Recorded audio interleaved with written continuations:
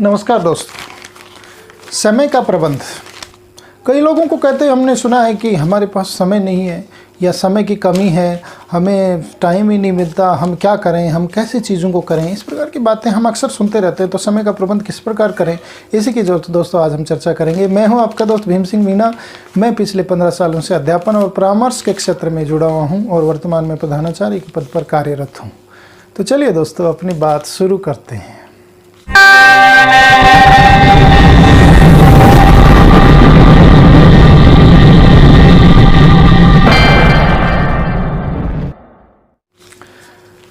मुझे समय नहीं मिलता, टाइम ही नहीं है, क्या करूं मैं, अपने आप को व्यवस्थित कैसे करूं, मेरा जो सारे काम अधूरे रह जाते हैं, मुझे टाइम मिलता नहीं है, मैं भागते दौड़ते ही रह जाता हूं।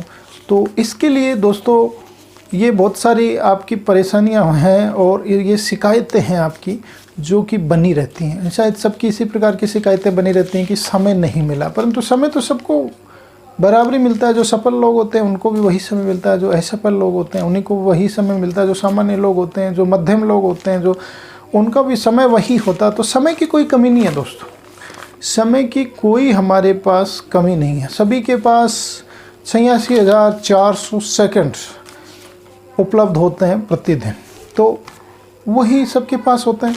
उसका सदुपयोग कैसे करें, हम उसको काम में कैसे लें, ये सबसे बड़ी जिम्मेदारी हमारी है।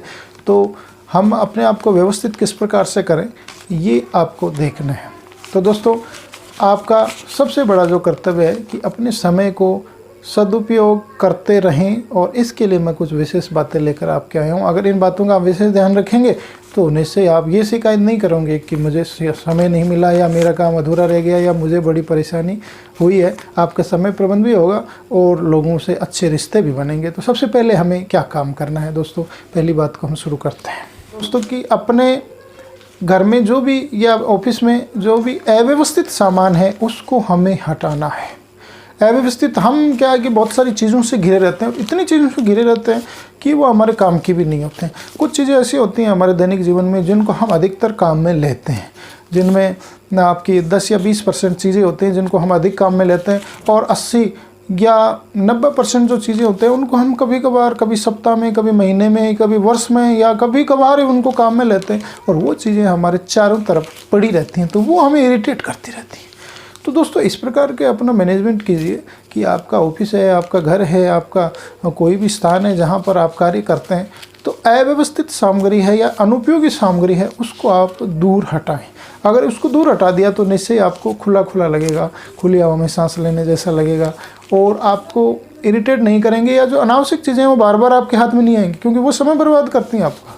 क्योंकि जब फिर हम उनको छांटने लग जाते हैं कि यार ये तो हमारे काम की नहीं है, इसको हटाओ, तो बार बार वही चीज़ें चलती रहती हैं, रिपीटेशन होता रहता है, और हमारा समय बर्बाद होता चला जाता है। तो आपकी अव्यवस्थित चीज़ें हैं आपके आसपास, उनको आपको हटाना है। दूसरा कार्य आपको करना है दोस्तों कि अपनी बहुत सारी रुचियाँ जो होती हैं उनको जागृत करिए आप। बहुत सारी रुचियाँ हमारे अंदर होती हैं परंतु वो सुसुप्त अवस्था में आ जाती हैं, सो जाती हैं, उनको हम भूल जाते हैं। आपका पढ़ना रुचि हो सकती है, आपकी लिखना, खेलना, कूदना, लोगों से मिलना, अच्छी किताबें पढ़ना, सबसे जो महत्वपूर्ण चीज़ें हैं उनको आप वापस रिस्टोर कीजिए। अपनी आदतों को, अपनी रुचियों को अगर आप भूल गए हैं तो उनको रिस्टोर करिए, ताकि आपको नई ऊर्जा से भरेंगी वो, और आपका समय प्रबंध बहुत बेहतर तरीके से करने में मदद करेंगी। क्योंकि हम आलस के साथ इधर उधर बैठे रहते हैं और गप्पे लगाते रहते हैं, उससे हमारा समय बर्बाद होता है। और जब रुचिकर चीज़ें करते हैं तो हमारे टाइम वैल्यू अपने आप बढ़ जाएगी, हमें लगेगा कि हाँ हमने कुछ पॉजिटिव किया। हम अक्सर सुबह शाम अगर हम कहीं घूमने जाते हैं तो आपको आते ही ऐसा स्फूर्ति आपके अंदर लगेगी, आपका मन इतना प्रसन्न रहेगा कि हाँ हमने कुछ अच्छा किया है। तो आप अच्छे और पॉजिटिव कार्य करते अगर चले जाएंगे तो अपने आप आपके समय का प्रबंध बेहतर तरीके से होता चला जाएगा और आपको अच्छा लगेगा। एक समय का प्रबंध तो है ही है। तीसरी बात हम ये करना चाह रहे हैं कि आपके जो भी आसपास लोग हैं, ऑफिस में हैं या आपके कार्यस्थल पर हैं या अन्य स्थान पर जहाँ भी आपके नातेदार रिश्तेदार हैं, तो उनको आप उनकी व्यक्तिगत पहचान या उनके नाम से पुकारने का प्रयास करें। इससे आपको अच्छा लगेगा, लोगों को भी अच्छा लगेगा, और आपको वो लोग अधिक वैल्यू देंगे, आपके अधिक सम्मान करेंगे कि सर हमें जानते हैं, व्यक्तिगत जानते हैं और हमें, तो आपका कार्य बड़ा आसानी से होता चला जाएगा। अगर आप किसी को नाम से पुकारते हैं, प्रेम से पुकारते हैं, तो निश्चय ही वो आपके ज़्यादा वैल्यू करेंगे, आपके कहे हुए कार्य को जल्दी करेंगे और आपको अधिक सहायता करेंगे, आपके अधिक सहयोगी होंगे। तो वो भी टाइम मैनेजमेंट का एक महत्वपूर्ण टूल है जो आप अपना सकते हैं कि लोगों को व्यक्तिगत तौर पर संबोधित करें, उनको व्यक्तिगत तौर पर पुकारें। चौथी चीज़ है अपना स्वयं पर नियंत्रण करना।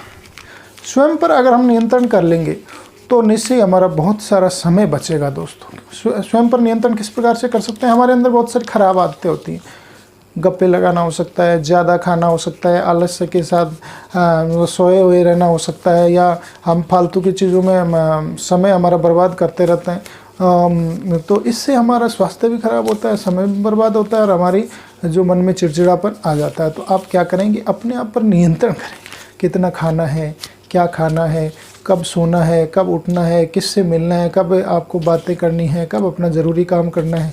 ये सब अगर आपने अपने आप पर नियंत्रण कर लिया, अगर आप मन पे, अपने शरीर पर, आत्मा पर अगर आपने नियंत्रण कर लिया, तो निश्चय ही आपका समय भी बचेगा और आप प्रफुल्लित भी रहोगे और आपको व्यवस्थित होने में ये मदद करेगा। तो निश्चय ही आप अपना समय बचा कर रखिए और अपने मन पर नियंत्रण रखें, तो निश्चय ही आपको सफलता मिलेगी। पांचवा बिंदु दोस्तों हमारा है अनावश्यक चीज़ों से दूर होना।